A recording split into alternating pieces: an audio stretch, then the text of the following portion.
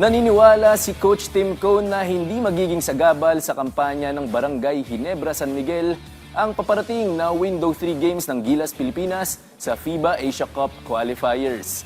Sa lahat kasi ng mga koponan sa PBA, ang Ginebra ang may pinakamaraming pinahiram na players sa national team.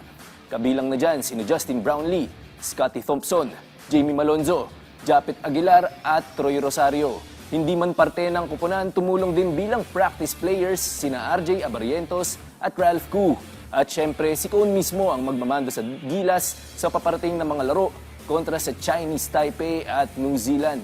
Sa kabila nito, mataas ang kumpiyansa ng dekoradong head coach na hindi naman makakaapekto ang mga larong ito sa paparating nilang laban kontra sa Northport Batangpier sa semifinals ng Season 49 PBA Commissioner's Cup Playoffs.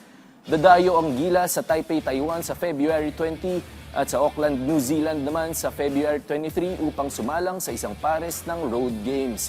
Samantala sa Feb 26 naman magsisimula ang serye sa pagitan ng Ginebra at Northport sa PBA.